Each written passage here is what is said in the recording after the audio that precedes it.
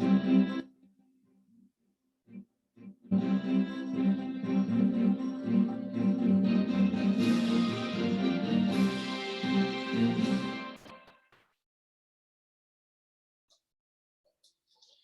buenas tardes a todos. Un día más en los webinars de Pharmaforum. Buenas tardes a todos. Espero que se me oiga bien. Veo que os vais incorporando bastantes participantes. Tenemos abajo un chat para comunicarnos. Podéis ir saludando por él para ver si se oye bien todo el audio, se ve bien la imagen. Buenas tardes a todos los asistentes. Un placer teneros de nuevo aquí en los webinars de Pharmaforum dedicados a temas interesantes del sector farma. Veo que ya me saluda José. Buenas tardes, Vanessa, Paloma, Natividad. Buenas tardes a todos. Veo que se escucha bien, supongo. Vale, perfectamente. Me escucháis perfectamente. Muchas gracias a todos por estar aquí en este webinar que, como podéis ver, viene de la mano de PSK Medical Consulting. ¿De acuerdo? Vamos a tener abajo, también tenéis una sección de preguntas y respuestas, ¿de acuerdo? Las resolveremos al final de la presentación, así que cualquier duda que os vaya surgiendo la escribís por ahí y ya la tengo yo en cuenta para planteársela a los ponentes que tenemos hoy al final de su presentación, ¿de acuerdo? Hoy recordad que, como aquí bien dice, nuestro webinar de hoy son los 5 pasos necesarios para cumplir el reglamento IVDR. Viene de la mano de PSK Medical y hoy vamos a tener a 2 ponentes de lujo, como siempre tenemos en Pharmaforum. La primera de ellas es Isabel López Guerrero, que es CEO en PSK. Y también tenemos a Victoria Bachiller Muñoz, que es consultora senior de sistemas de calidad, regulación de productos sanitarios in vivo. Y ambas van a empezar con su presentación. En primer lugar vendrá Isabel López. Veo que os vais conectando todos bastante bien, a buen ritmo, ¿de acuerdo? Vamos a ir viendo que funciona el chat de preguntas. Veo que lo tenéis ahí localizado en la parte inferior, recordad, para preguntas al final. Y voy a dar paso ya a nuestra primera ponente, ¿de acuerdo? A Isabel López. Así que, Isabel, si estás por ahí, conecta audio y vídeo. Buenas tardes. ¿Qué tal? Hola a todos. Te dejo con tu público, que ya estará interesado en lo que nos tienes que contar hoy. Así que te cedo el espacio. Muchas gracias, Guillermo. Bueno, voy a compartir la presentación. Eso está aquí. Lo primero, muchas gracias a todos por el interés que habéis tenido en esta presentación, en este pequeño webinar que vamos a hacer sobre el nuevo reglamento IVDR de los productos sanitarios in vitro. Lo primero que quería comentaros es una encuesta que os va a lanzar Guillermo, es esta encuesta que tenéis aquí delante, porque nos gustaría saber cómo creéis vosotros que os puede afectar el nuevo reglamento a los productos que estáis fabricando o con los que estáis trabajando. Vale, ¿qué es lo que pensáis? ¿Pensáis que, bueno, que el nuevo reglamento solo vais a tener que hacer simplemente unas pequeñas adaptaciones a vuestra documentación o a vuestro marcado CE o los temas que lleváis con la agencia? Bueno, ¿pensáis que vais a tener que cambiar muchas cosas pero lleváis bastante tiempo trabajándolo? O bueno, realmente no tengo muy claro qué es lo que tengo que hacer o cómo tengo que adaptar. Pues vamos a dejar unos minutos para que votéis y luego veremos las contestaciones.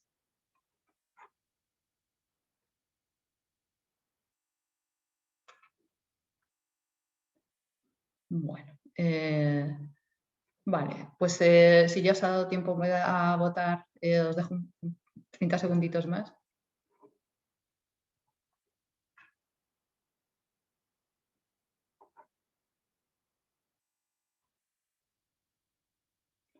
Vale, pues luego veremos, no sé si ahora o más adelante vemos las respuestas. Te puedo decir los resultados, ¿de acuerdo? Vale. Para orientar un poco cómo ha ido, pues mayoritariamente la respuesta ha sido no sé cómo hay que adaptarlo, seguido muy de cerca por un 41%, con mucho, pero llevamos tiempo preparando la adaptación y la respuesta minoritaria ha sido poco, solo hay que hacer pequeñas adaptaciones. Perfecto, pues era la respuesta que esperábamos. Es cierto que hay que hacer bastante en cuanto a lo que teníamos antes con la directiva y lo que tenemos que adaptar ahora con el reglamento que entra justo dentro de un año. Muy bien que muchos de vosotros estéis ya trabajando en ello porque lleva mucho trabajo, hay que hacer un montón de cambios y hay que redefinir algunas cosas que ya estaban definidas en la directiva, pero que ahora con el reglamento pues van a pasar a tener mucho más peso, como es la parte del funcionamiento, incluso la parte de post-market. Bueno, lo primero, el webinario lo que intentamos es daros unas pequeñas claves para que tengáis un poquito más claro los pasos que hay que seguir. Os vamos a enfocar un poco en la nueva clasificación de riesgo y queríamos ver también con vosotros pues, cuál es la documentación que tendríamos que generar, cuáles son los plazos que tenéis para poder poner producto en el mercado, por ejemplo, bajo la directiva antigua. Si tenéis que cambiar vuestra relación, por ejemplo, con la agencia del medicamento, tenéis que submitir algún documento nuevo, pues todo eso lo vamos a hablar aquí. Simplemente entiendo que habéis oído hablar del reglamento. Se publicó en el año 2017, justo ahora, el 26 de mayo de 2017, y desde el 2017 ya está en vigor, ¿vale? Quiere decir que podéis adaptaros al reglamento desde que entró en vigor en el 2017, aunque el año que viene, el 26 de mayo de 2022, acaba el periodo de gracia que se dio para poder hacer esa adaptación. Igual que ha habido un cambio en los productos sanitarios generales, en el MDR, en Productos Medical Device Regulation, ese cambio para productos generales, si alguno trabajáis con alguno de ellos, a pesar de que ha sido muy grande, también no es tan grande como el que se está dando con el IVDR, porque el 90% de los productos que se ponían en el mercado bajo el paraguas de la directiva se ponían en el mercado como automarcado. Quiere decir que no pasaban por un organismo notificado y simplemente pues, con la declaración de conformidad del fabricante diciendo que cumple con los requisitos de la directiva era suficiente. Es cierto que la directiva, bueno, pues de tener a lo mejor 20 páginas, ahora pasamos a un reglamento que tiene como el triple o más. Quiere decir que aunque con la directiva los requisitos eran bastante similares a los que podemos tener con el reglamento, no estaban tan especificados. Nos basábamos mucho en guías que podía haber o en publicaciones del Comité Europeo, pero no estaba establecido dentro de la directiva, con lo cual éramos como un poco más libres. Ahora todos los requisitos, absolutamente todos los requisitos a cumplir están en el reglamento, con lo cual quiere decir que es obligatorio, desde tener un sistema de calidad, por ejemplo, porque está publicado dentro del reglamento, hasta tener una licencia de fabricante o dependiendo del tipo de agente que seamos, pues tendremos que tener unos requisitos u otros. Bueno, como esto simplemente es la introducción, nosotros somos EPISCAE Medical Consulting, nos dedicamos a la consultoría en productos sanitarios y productos sanitarios in vitro, simplemente una pequeña introducción. Y vamos a pasar ya por lo que estáis aquí, que es definir los 5 pasos, las 5 claves que necesitamos para poder cumplir con el reglamento. Están aquí puestas, vamos a irlas viendo una a una. Os voy a explicar primero la definición de producto sanitario in vitro, los casos especiales que hay y cómo encajamos dentro de esa definición. Bueno, esta es la definición que había de producto sanitario in vitro según la directiva.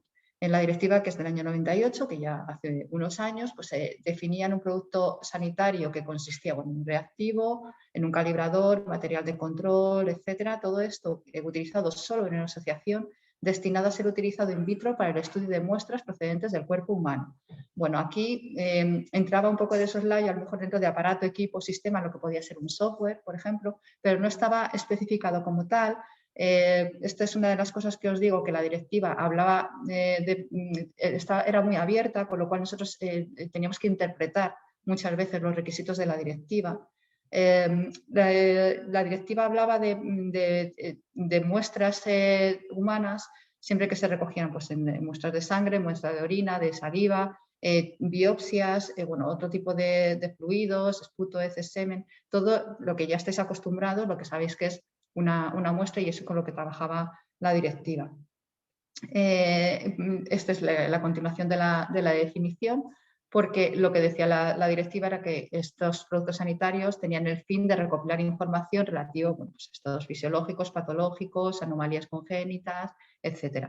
También se incluían los recipientes para muestras, pero no se incluían los artículos de uso general en laboratorio, salvo que estuvieran directamente destinados a usarse en exámenes diagnósticos, por ejemplo, pues, como podía ser un software que se utilizara solo para recoger una muestra o un aparato, un equipo que se utilizara para la recogida de muestras y para la identificación de muestras. ¿Cuál es la diferencia con lo que establece el reglamento? El reglamento ahora ya habla de productos sanitarios. Aquí esta definición está tanto en el 746, que es el reglamento de in vitro, como en el reglamento de productos sanitarios generales. Quiere decir que ya la Comisión Europea ha entendido que un producto sanitario in vitro es también un producto sanitario. ¿Vale? Que aparece una perogrullada, pero no es así, porque bueno, no siempre se tenía claro lo que era un producto sanitario in vitro, porque no entraba dentro de la definición de producto sanitario. Ahora ya en ambos reglamentos hay una definición que es esta, que es un producto sanitario que consiste como en la directiva, un reactivo, producto reactivo, calibrador, habla de kits, que no estaban antes y es muy importante porque realmente muchos de vosotros estaréis fabricando kits, programas informáticos, equipos, piezas de equipos, sistemas, etcétera, que dan esta información, que destinan a ser utilizados por el estudio de muestras del cuerpo, relativas como antes a procesos fisiológicos o patológicos, habla de deficiencias físicas o mentales congénitas, para incluir los test de estudio de enfermedades congénitas, relativa a la predisposición a una dolencia o enfermedad, por ejemplo, pues test que pudieran utilizarse para la predisposición de un determinado individuo a padecer Alzheimer, por ejemplo, o Parkinson, que son enfermedades que se pueden predecir con un test in vitro, para determinar la seguridad y la compatibilidad igual, y para predecir la respuesta o reacción a un tratamiento y para establecer o supervisar las medidas terapéuticas. Esto ha dado lugar a una clasificación, que es uno de los casos especiales que os voy a comentar ahora, de un tipo especial de productos sanitarios in vitro, que son los productos sanitarios in vitro companion, como los llama el reglamento en inglés, o para selección terapéutica. Esto es lo que os quería comentar como casos especiales, que son productos sanitarios in vitro, que están reflejados en el reglamento y que quería poner un poco el foco en ellos. El primero es este que os comentaba sobre la selección terapéutica. Son pruebas in vitro que se utilizan para definir o para elegir el mejor tratamiento para un determinado paciente. Pruebas de autodiagnóstico, que son las pruebas de autodiagnóstico que se pueden vender o bien en farmacias, con bajo prescripción, o por ejemplo, como en el caso de un test de embarazo, que se puede utilizar sin prescripción médica. Hay casos muy contados que se pueden utilizar sin prescripción médica.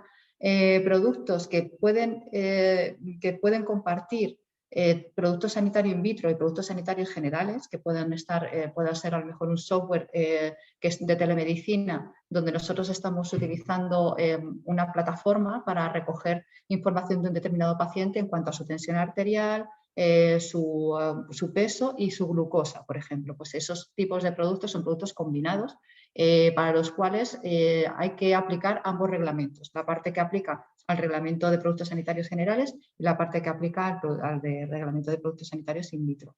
Luego tenemos otra parte, que esto estáis seguramente más familiarizados con ellos, que es los productos sanitarios RUO, que son los productos sanitarios in vitro que se utilizan solo con fines de investigación. Estos productos están fuera del alcance del reglamento, ¿vale? No les aplica el reglamento.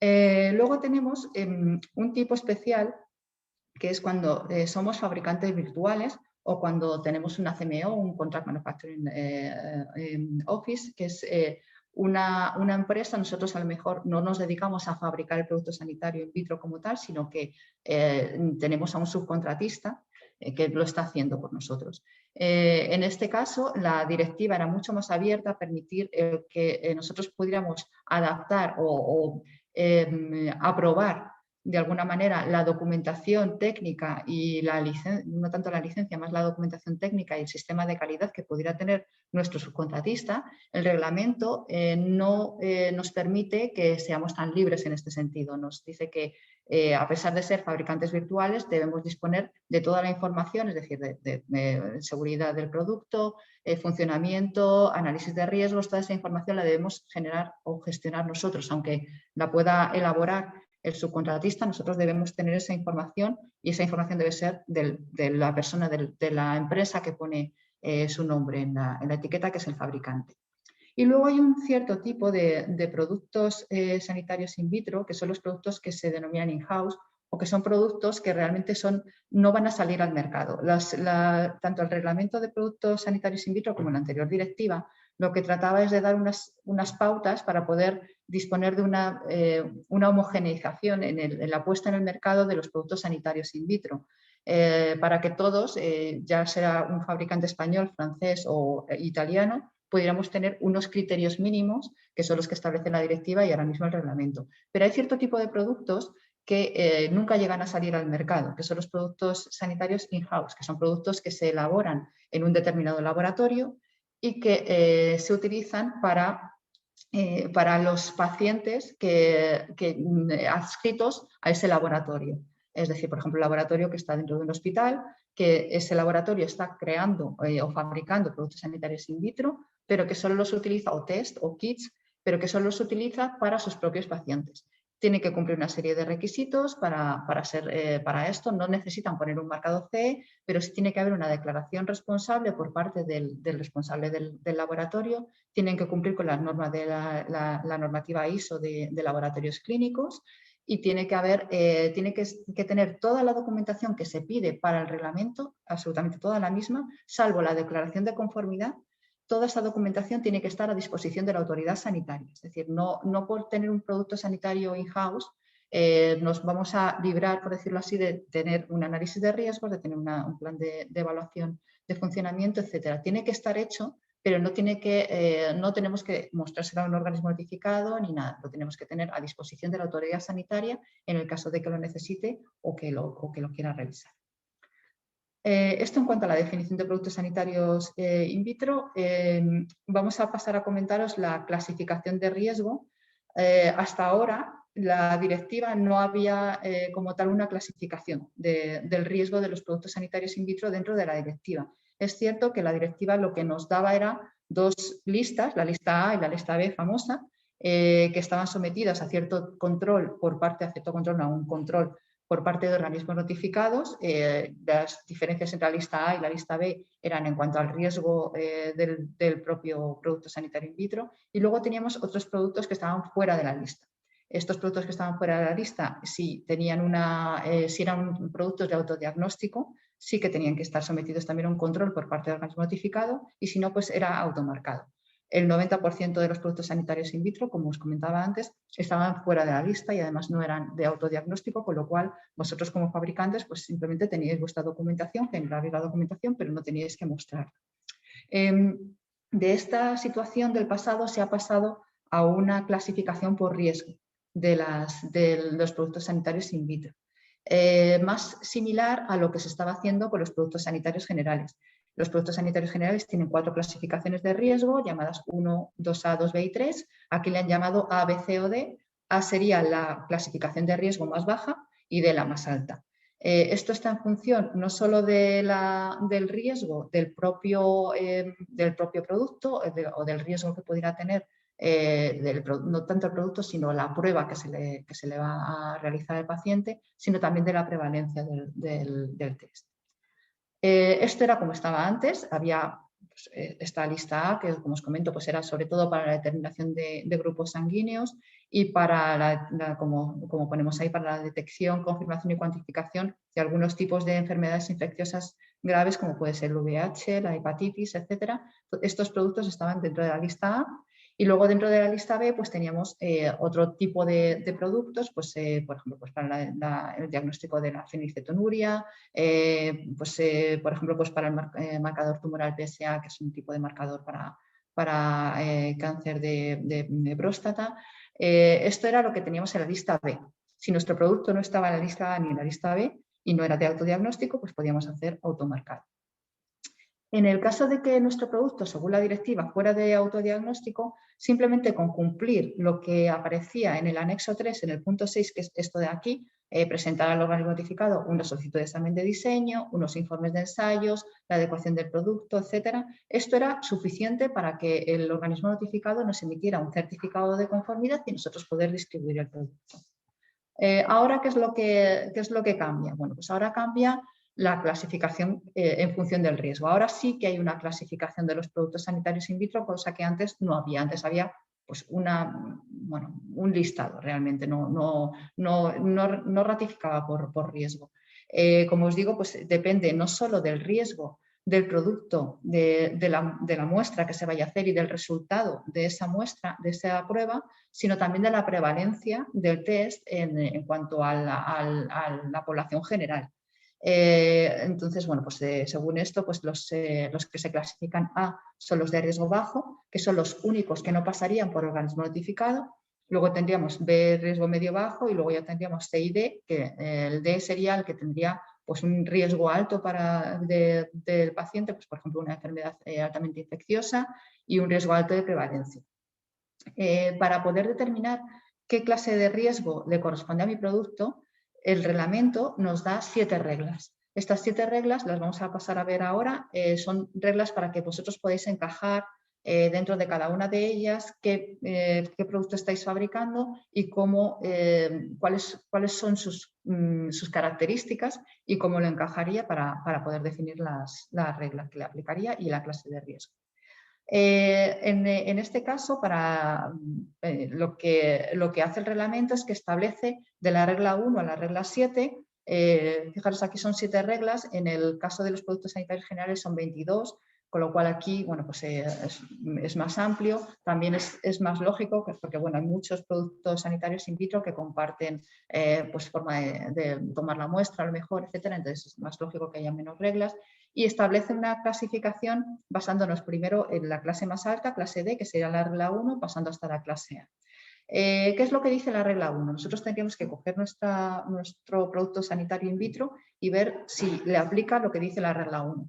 Nuestro producto sanitario detecta la presencia o la exposición de un agente transmisible en la sangre, células, etcétera. Para evaluar su aptitud para transfusiones, trasplantes o administración de células, nuestro producto claramente sería un clase D. Lo mismo sería la detección de la presencia de un agente transmisible causante de una enfermedad potencialmente mortal o con un riesgo elevado o supuestamente elevado de propagación, es decir, con una alta prevalencia, también sería clase D. Y si es para la determinación de una carga infecciosa de una enfermedad potencialmente mortal, cuando su observación sea fundamental en el proceso de gestión del paciente. Aquí, ahora mismo, a fecha de hoy, podríamos decir que un test para COVID, por ejemplo, pues podría ser un clase D, porque tenemos una prevalencia muy alta y tenemos un agente transmisible causante de una enfermedad potencialmente mortal. A lo mejor, y esperemos, crucemos los dedos, que a lo mejor en un par de años o en un año, vamos a ser optimistas, pues pudiéramos decir que ya no tenemos una prevalencia tan alta y pudiéramos pasar a clasificarlo como una clase más baja. ¿Vale? Pero en principio esta sería la regla 1 como para establecer los productos que tienen un nivel de riesgo muy alto. La regla 2 es para el establecimiento del grupo sanguíneo. Para la regla 2, bueno, aquí en la regla 2 es el establecimiento del grupo sanguíneo, entran sobre todo lo que estaban en la lista A de la anterior directiva. Bueno, aquí, bueno, pues para explicaros un poco lo que os digo, la lista de la anterior directiva que tiene una prevalencia alta, un riesgo alto, y luego pues para el establecimiento de ciertos del grupo sanguíneo, tanto de la lista A como de la lista B. Vale, estaríamos en clase D, es decir, todos los productos que anteriormente se consideraban de riesgo, o se podían pensar que pudieran tener un riesgo alto, han pasado a ser clase D con el reglamento. Para la clase C, pues para la clase C lo que tenemos según la regla 2, los productos que sirvan para histotipado, por ejemplo, pues estarían dentro de la regla 2. La clase C también dice que, la regla 3 dice que para un producto, para poder clasificar un producto como clase C, sería un producto que determinase la presencia o la exposición a un agente de transmisión sexual, un agente infeccioso en líquido cefalorraquídeo, bueno, esto que tenéis aquí, la presentación después os la pasaremos para que la podáis tener. Esto sería lo que estaría clasificado como clase C por la regla 3. Para poder clasificar un producto sanitario in vitro hay que tener en cuenta todas las reglas, es decir, si mi producto yo pienso que pueda ser clase C porque a lo mejor es un agente de transmisión sexual, yo no puedo dejarlo ahí, sino que tengo que ir también a la clase 1, a la regla 1, perdonad, para ver si efectivamente, bueno, pues ese agente de transmisión sexual pues puede ser, por ejemplo, VIH, ¿vale? Entonces tendríamos que identificar todas las clases de riesgo que le aplican a mi producto y aplicar siempre la más alta. Dentro de la regla 3 es la más amplia de todas, es donde pues, nos habla, por ejemplo, pruebas diagnósticas para selección terapéutica, que son las que os he comentado, que son pruebas que se realizan para establecer una terapia adecuada para un determinado paciente, el cribado diagnóstico o estadificación del cáncer, por ejemplo, pruebas genéticas, todo esto sería clase C, es decir, la gran mayoría de los productos sanitarios in vitro entrarían en la clase C. La clase C sería, pues, tendríamos este tipo de estos ejemplos que os pongo aquí, sería una prevalencia baja frente a un riesgo alto, pues test genéticos, como os he dicho, marcadores, productos que podrían ser tiras de glucosa, medidores de glucosa, etc. La clase B es un poco, si veis la regla 6 que tenéis puesta aquí, es un poco el cajón desastre, donde cuando no hay una clasificación adecuada, una clasificación directa de un determinado producto sanitario in vitro, según la clase 6, pues podríamos clasificarlo como clase B. Todos los productos para autodiagnóstico siempre se clasifican en clase C, eso es lo que dice la regla 4, salvo aquellos que se utilizan para la determinación del embarazo, pruebas de fertilidad, colesterol, detección de glucosa, etcétera. Estos serían clase B, ¿vale? Aunque sean de autodiagnóstico. El resto serían clase C. Y luego, según la regla 7, el material de control que no tenga valores cuantitativos o cualitativos también entraría en la clase B.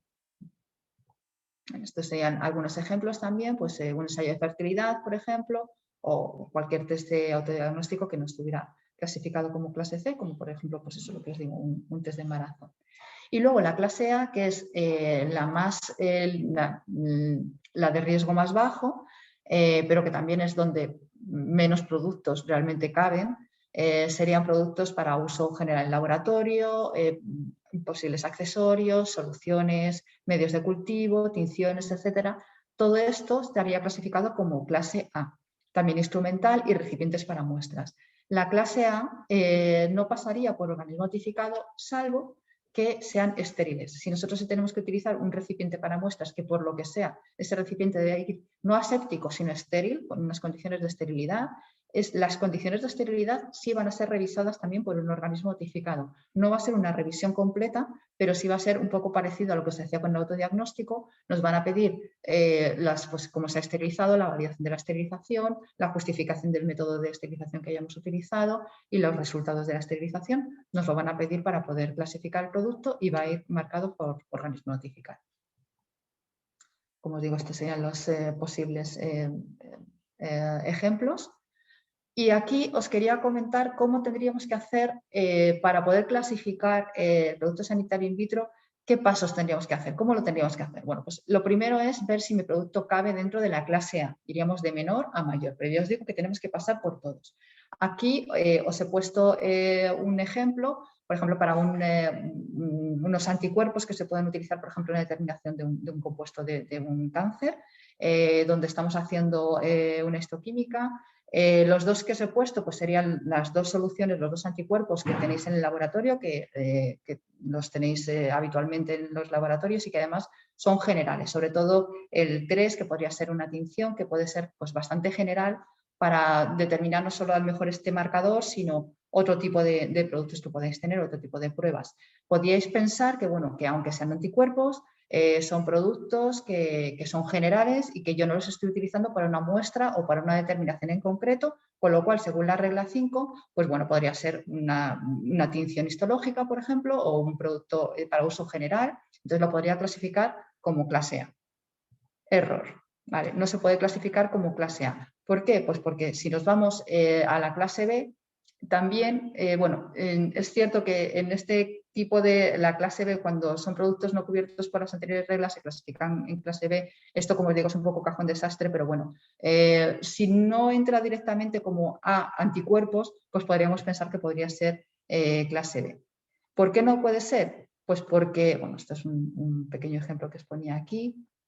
Pues porque estos anticuerpos, que por ejemplo pues os pongo este ejemplo, que para un concentrado de anticuerpo monoclonal de conejo se podría utilizar, tendría que ser un clase C porque se utiliza para el cribado, el diagnóstico y la estadificación del cáncer. Entonces, eso es exactamente tal cual aparece en la regla 5 como clasificación, como clase C. ¿Vale? Entonces, aquí claramente tenemos que clasificarlo como clase C, a pesar de que podría ser también clase B y clase A. Quiero decir, no podemos decir que, bueno, que nuestro producto es un anticuerpo que yo utilizo para muchas cosas para poder clasificarlo como clase A. Tendremos que clasificarlo como clase C para este proceso en concreto y a lo mejor como clase D o como clase B para otro tipo de procesos si es que ese anticuerpo lo estamos utilizando para otras cosas. ¿Vale? Es bastante complicado, sé que es un tema complicado porque vosotros tenéis anticuerpos que los estáis utilizando para muchas cosas o tinciones que los estáis utilizando para muchas cosas, pero tenéis que tener en cuenta que no estamos hablando tanto del producto como tal, del botecito como tal, sino del proceso completo. Bueno, ¿qué podemos utilizar como ayuda para la clasificación en función del riesgo del IVDR? Bueno, pues la Comisión Europea ha dado una serie de guías. MDCG significa Medical Device Coordination Group. Es un grupo de coordinación de productos sanitarios. Tiene varias ramificaciones, pero dos grandes, que una es MD y otra es IVD. Este grupo de coordinación son los que se encargan de dar las pautas o las guías para aplicar el reglamento de la mejor manera posible. A pesar de que aquí aparece como guías, son guías que son prácticamente mandatorias. Quiere decir que hay que seguir lo que dice la guía porque es lo que nos va a dar la combinación de resoluciones perfecta para poder clasificar nuestro producto. En concreto tenéis 4 guías. Una salió ya en noviembre de 2020, perdón. Tengo 2022 aquí, igual que vosotros. ¿Vale?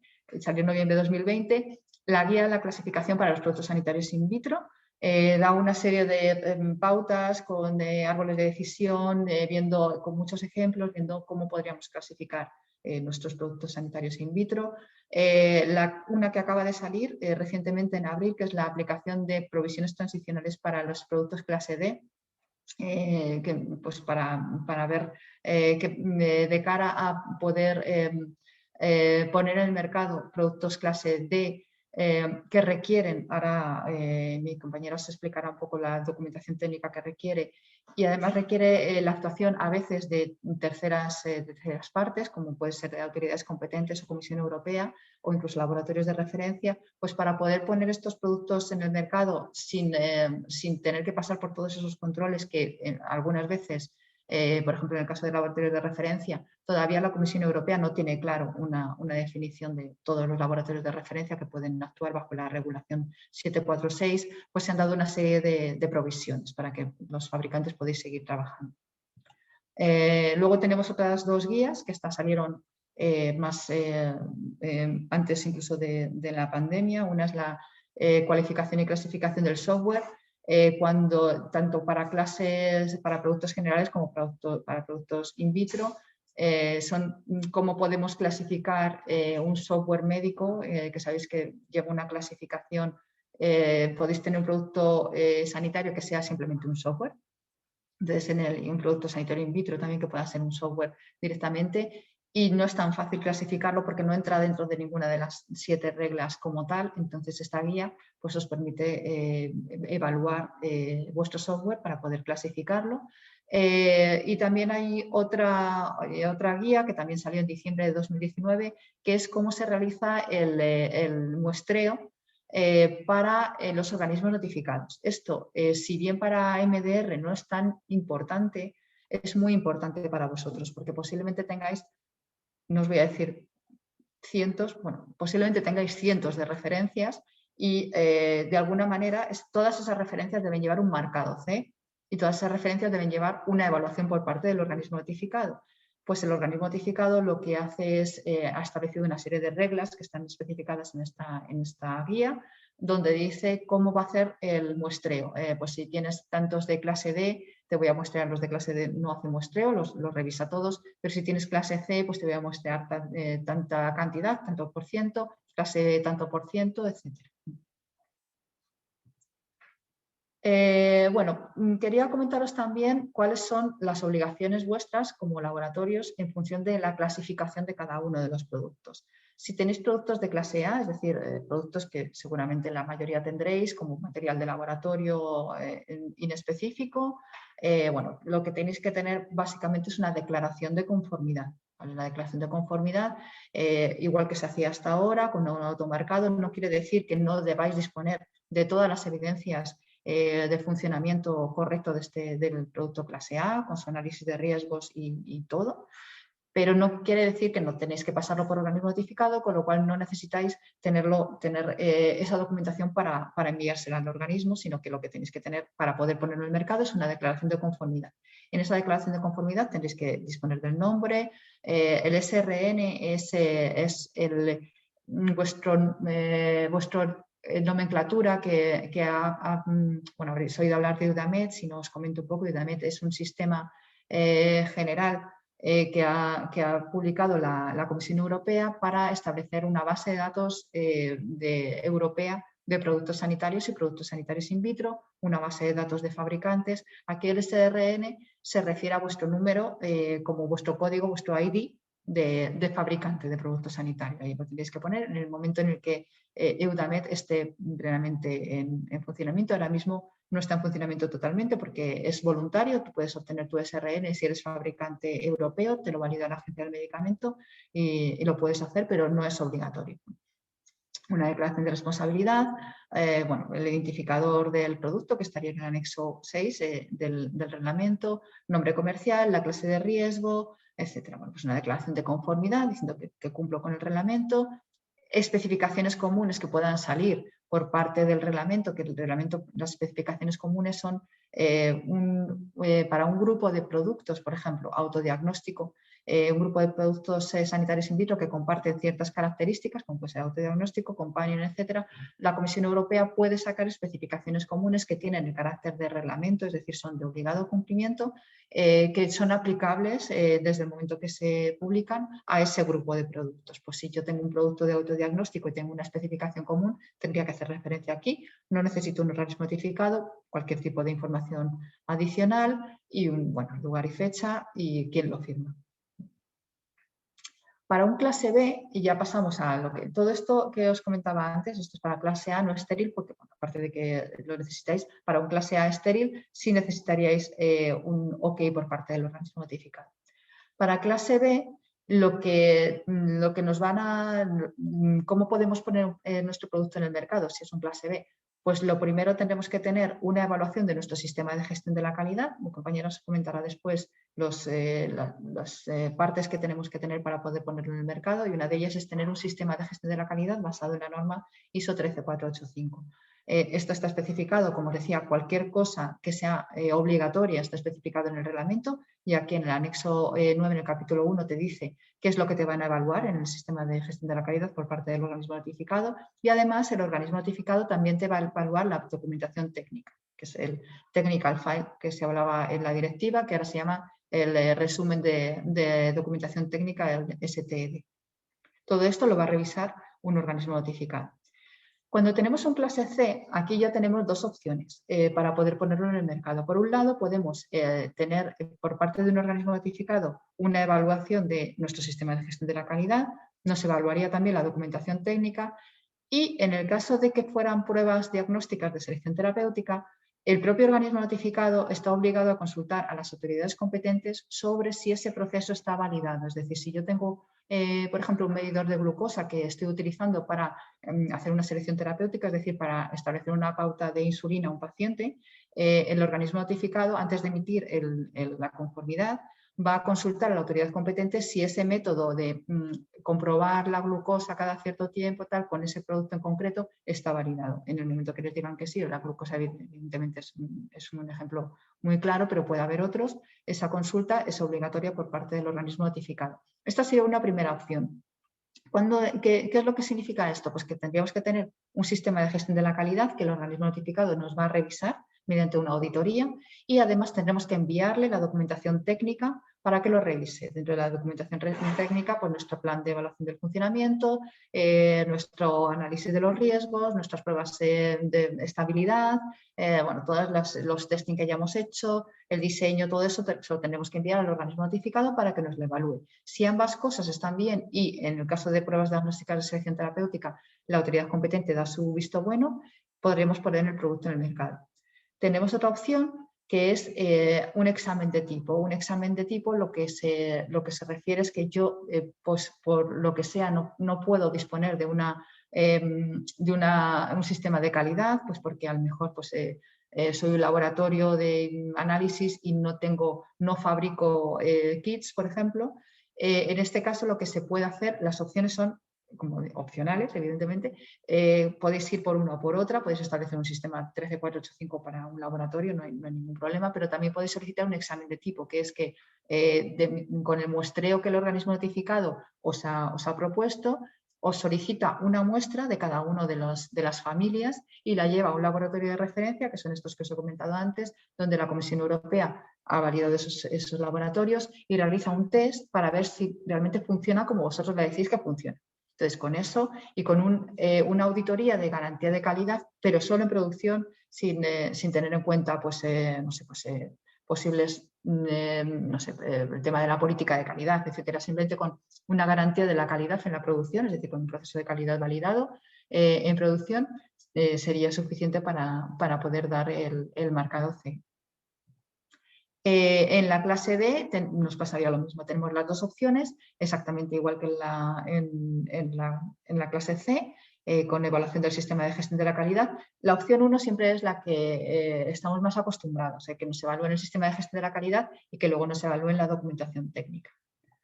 Y en el caso de clase D, pues también lo mismo que os comentaba antes.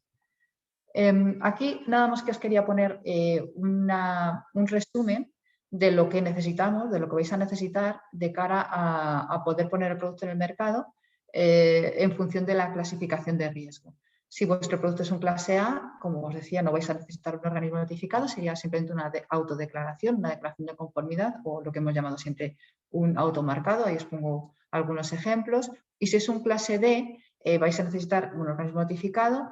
Y además, en este caso, puede incluir a otros actores como autoridades sanitarias, como os decía, puede ser que si nuestro producto pues, incluye un medicamento, por ejemplo, pues la Agencia Española de Medicamentos necesite dar su OK al producto. Bueno, pues aquí hay otros actores que bueno, están establecidos en el reglamento y los establece la Comisión. Bueno, simplemente también esto lo vais a ver, no os asustéis por tantas siglas, hay muchísimas siglas, supongo que estaréis algo familiarizados con ellas, si no, lo vais a estar. Todo esto os lo va a explicar Victoria. Dependiendo de las clases de producto, vais a tener que generar una serie de documentación técnica u otra. La documentación técnica, como os digo, es obligatoria para todos los productos sanitarios in vitro, pero no el nivel de exigencia es el mismo. Por ejemplo, pues en el caso de un clase A, no estáis obligados a tener un PESUR, un informe periódico de seguridad. No es necesario. Sí tenéis que tener un sistema, un PMS, un Post-Market Surveillance, un sistema de recogida de posibles incidentes o de un sistema de vigilancia, pero no estáis obligados a escribirlo en un informe, como pone aquí, igual que el resumen de seguridad y funcionamiento, que realmente es como si dijéramos, es un documento que es público, que es como si fuera un prospecto de un medicamento. Es lo que se le entrega o lo que se le informa al usuario del producto sanitario in vitro para que bueno, pues pueda tener en cuenta las posibles contraindicaciones, el método de utilización, etcétera. Esto estará publicado en EUDAMED y solo es obligatorio para clases C y D. La actualización del informe de seguridad como bueno, pues es anual en las clases C y D, en las clases A y B, no, como os digo, no es necesario. La actualización del resumen también es anual para las clases C y D.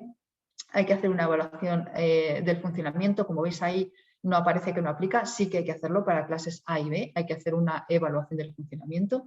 Lo que no es necesario es actualizarla siempre y cuando nuestro producto no dé lugar a ninguna actualización. Es decir, funcione exactamente igual, no tengamos ningún reporte por parte del mercado diciendo que sea necesario, etc. Y luego la obligación de publicar datos en Eudamed es solo obligatorio para clases C y D. ¿Vale? Como os comentaba, la clase C, pues hay muchísimos productos sanitarios in vitro que están en la clase C, pues todo lo que son marcadores antitumorales están en la clase C, con lo cual hay muchos datos dentro de estos productos que van a ser públicos. Ya por último quería comentaros el tema de la agrupación, que sé que es una de las cosas que más os puede preocupar.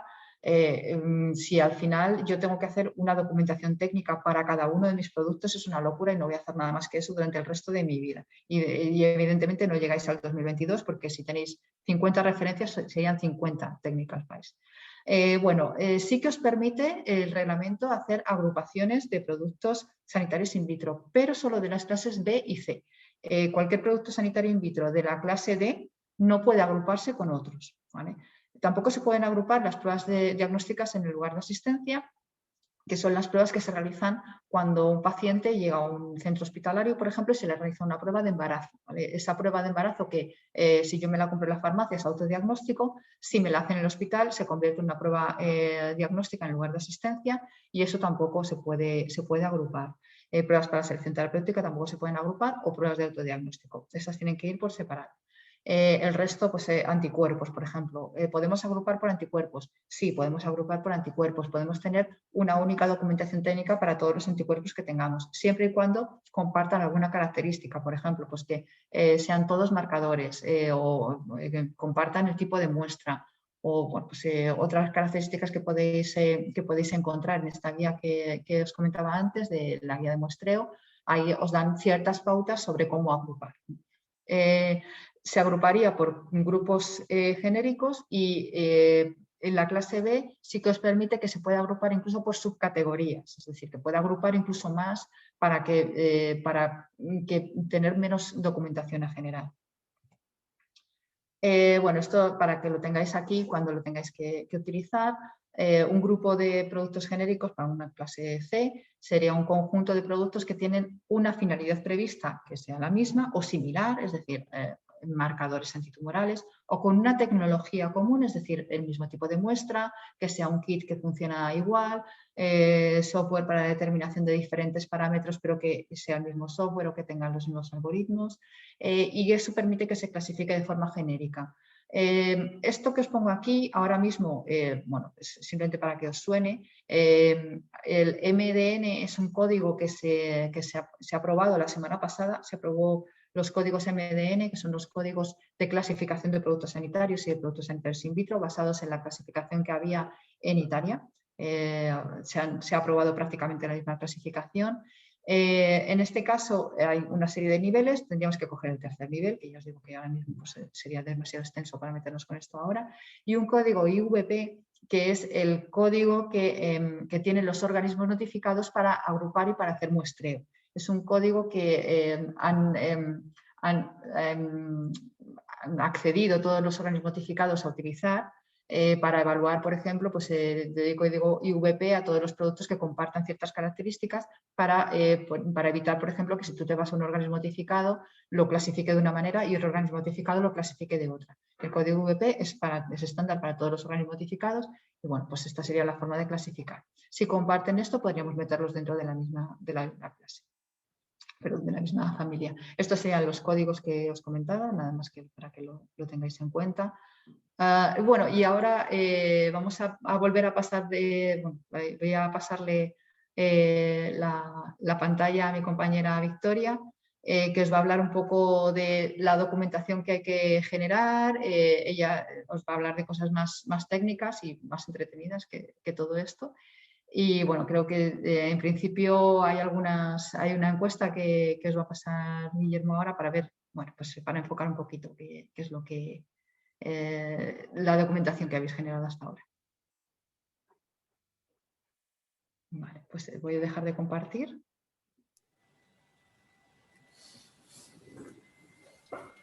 Hola, ahí está la votación. Buenas tardes, Victoria. Ahí está la votación. Es multirespuesta.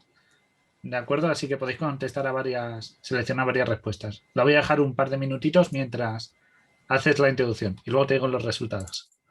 Perfecto, muchas gracias, Guillermo.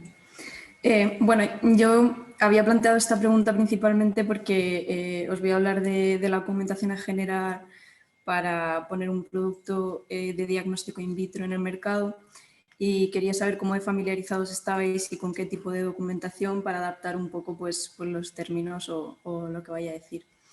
Como ya os han comentado, soy Victoria Bachiller, me dedico a generar principalmente documentación técnica, entre otras cosas, tanto de productos sanitarios generales como de diagnóstico in vitro en EPISCI. Y bueno, llevo ya un tiempo realizando esto.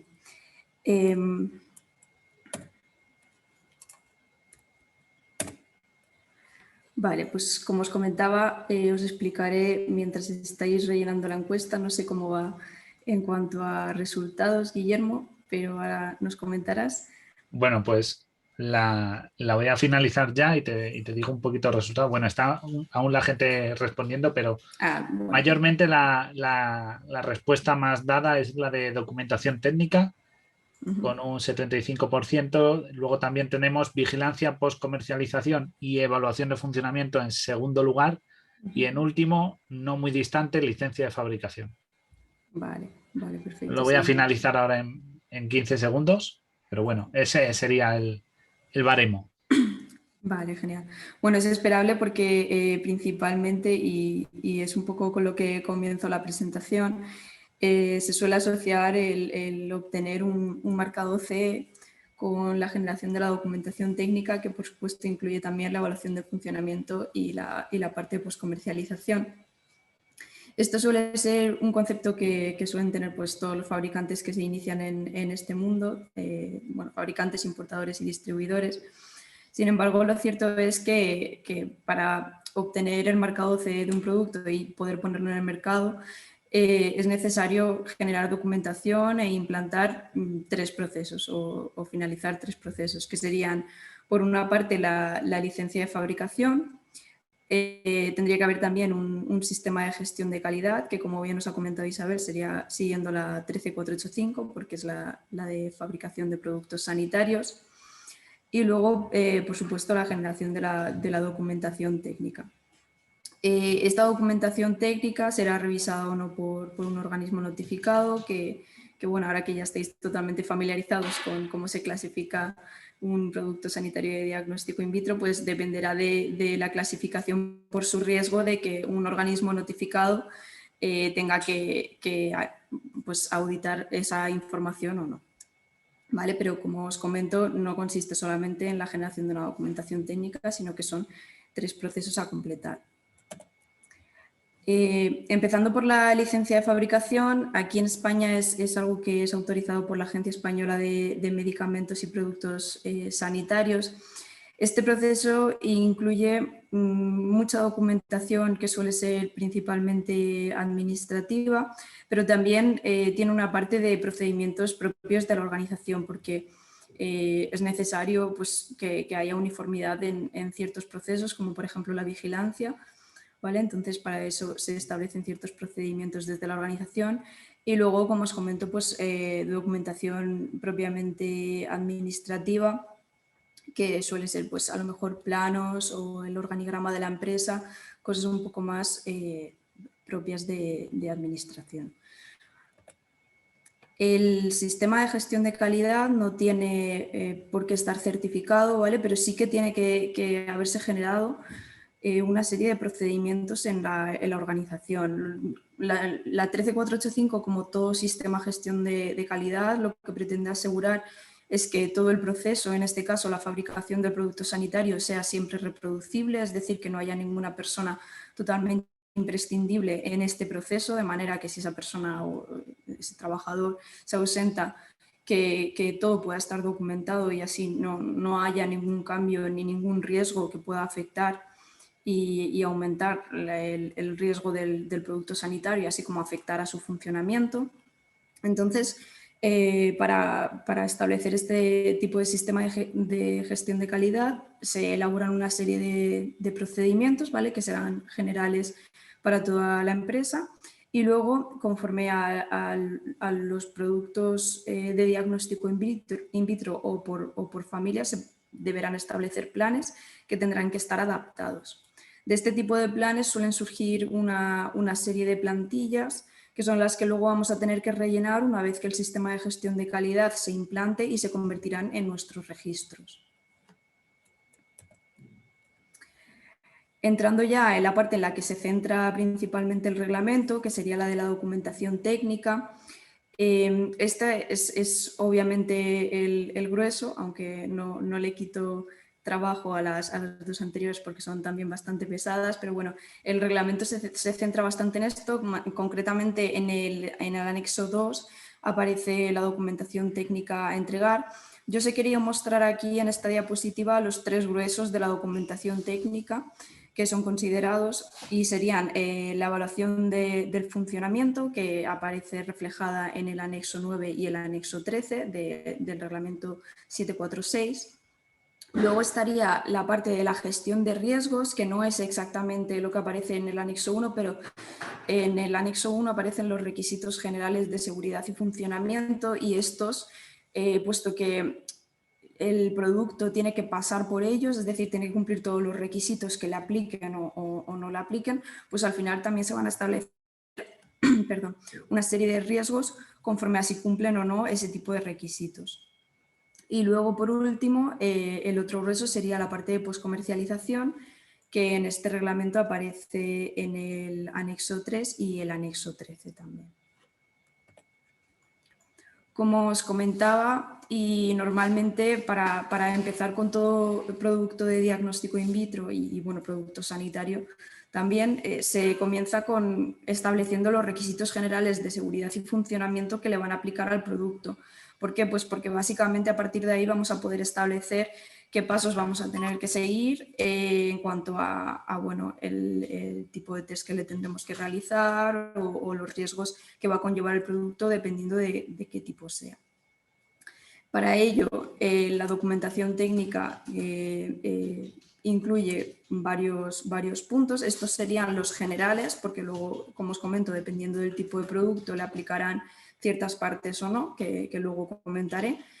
Y bueno, los generales sería la descripción del producto, un etiquetado y unas instrucciones, algunos documentos de diseño y fabricación, la parte también de verificación y validación, que es uno de los más importantes, y la parte de postcomercialización que aparece en el anexo 3. Todo esto nos da una idea o nos permite pues establecer el riesgo de nuestro producto, ¿vale? Porque en toda esta información es donde va a estar reflejado. El reglamento es bastante claro, un poco redundante, en que la documentación técnica tiene que ser clara, organizada, fácil de buscar e inequívoca, ¿vale? Esto lo que conlleva es que bueno, sobre todo en el documento que viene a ser el STD, del que luego pasaré a hablar, pues tiene que aparecer todo muy bien documentado, tiene que establecerse los apartados y, como bien pone en el propio reglamento, deberán incluirse los elementos que aparecen en el anexo 2. Entonces, para ello, lo más fácil es recomendable, vamos, y yo os recomiendo incluir los apartados según el reglamento. El STD tendrá que tener una estructura siempre resumida. Es conveniente evitar información, digamos, pues redundante o es cierto que establece muchos de los apartados que se incluyen en otros documentos que van asociados. Entonces es importante también como a lo mejor evitar repetirse en esta documentación y simplemente hacer un resumen, ¿vale?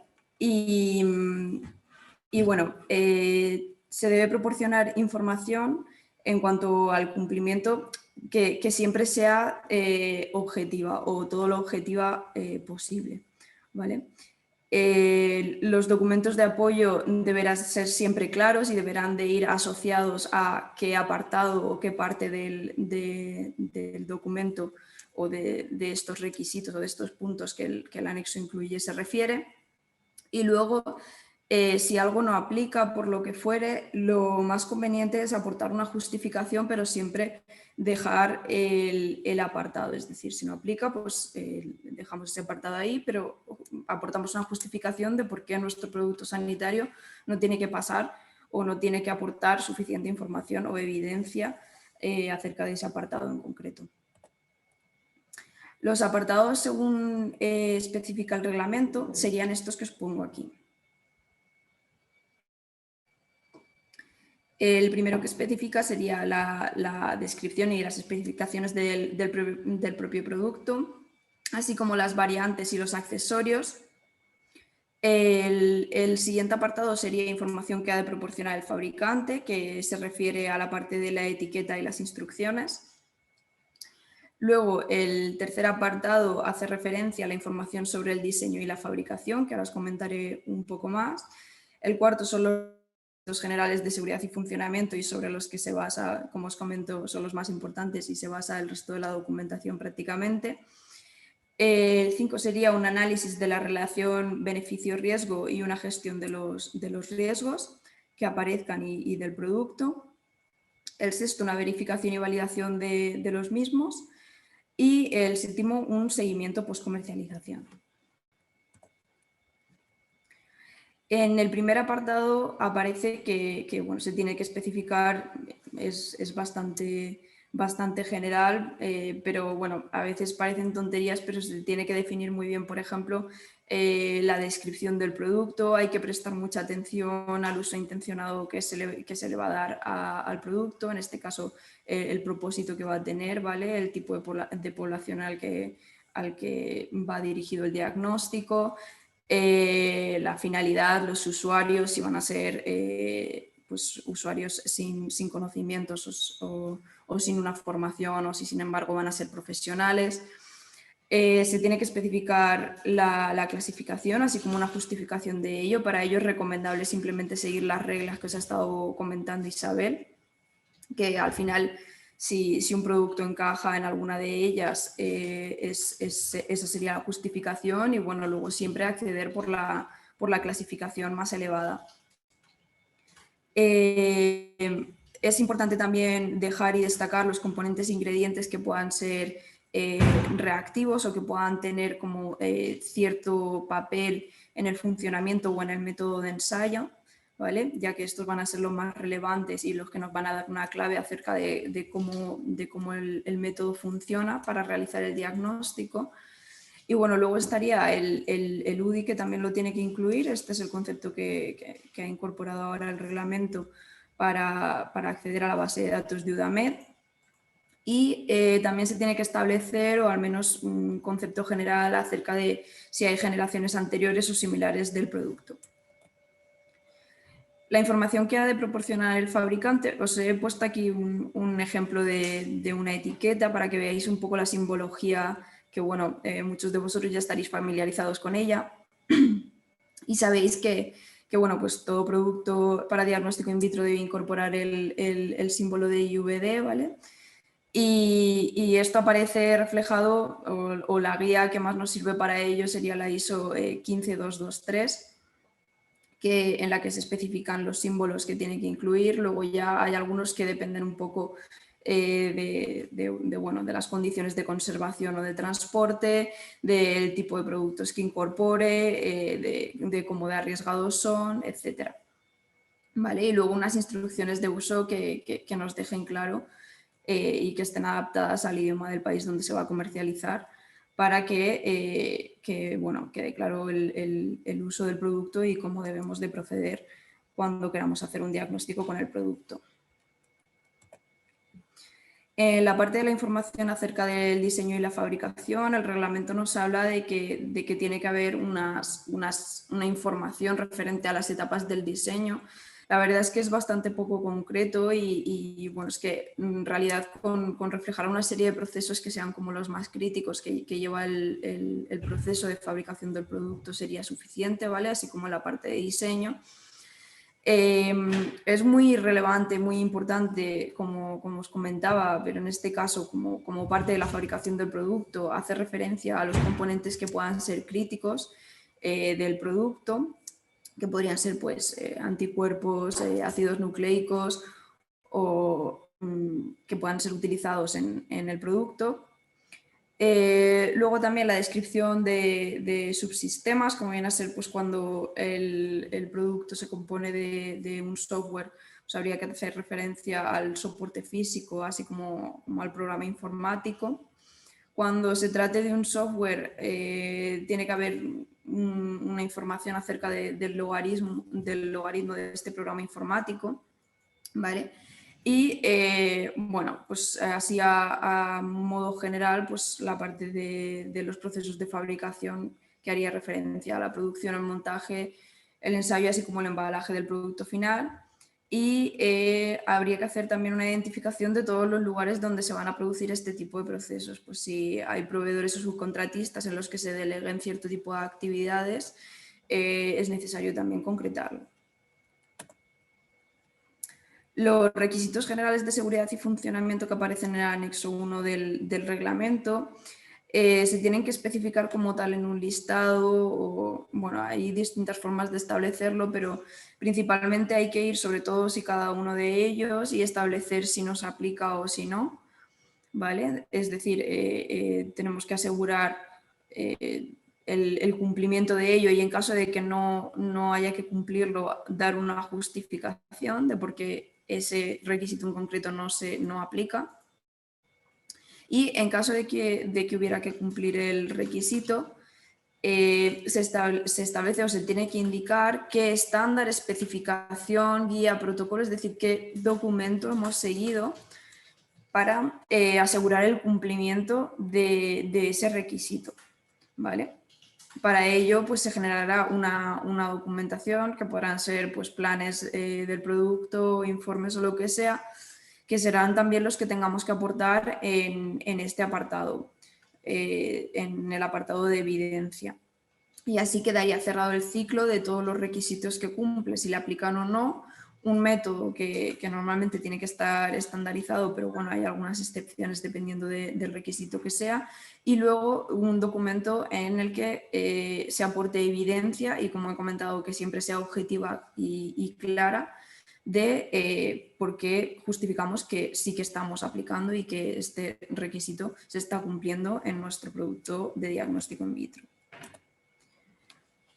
Para el análisis de gestión de riesgos, que comienza normalmente con un procedimiento que se establece en el sistema de gestión de calidad, este procedimiento da lugar a un plan que, como os comentaba, sería adaptado para el producto de diagnóstico in vitro y de ahí se establecería un registro con que sería con una identificación primero de todos los riesgos que le puedan afectar a nuestro producto, así como un análisis. Hay que pararse a pensar todos los riesgos que nosotros estemos identificando desde la fase de diseño, desde las fases más iniciales de nuestro producto de diagnóstico in vitro hasta que llega al usuario final.